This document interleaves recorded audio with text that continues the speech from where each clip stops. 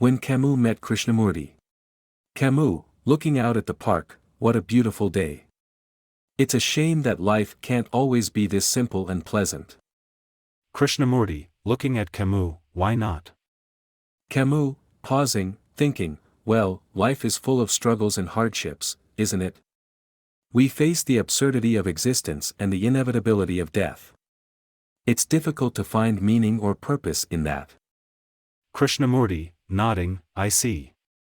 But is it not possible to find meaning in the present moment, regardless of the past or future? Camus, smiling, I admire your optimism, but I think that's easier said than done. How can we find meaning in a world that seems indifferent to our existence? Krishnamurti, leaning forward, perhaps it is our own thinking that makes the world appear indifferent. We project our fears and desires onto the world, creating an illusion of separation and struggle.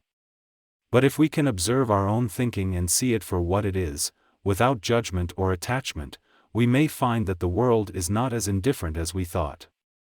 Camus, listening attentively, that's an interesting perspective.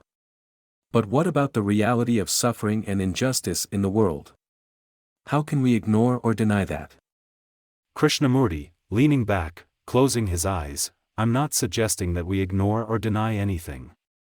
Rather, we can approach the world with a sense of openness and inquiry, without the burden of our own conditioning and prejudices.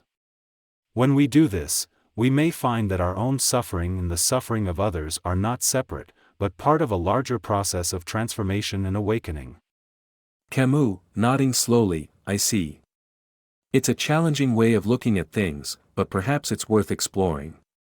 Thank you for sharing your perspective with me.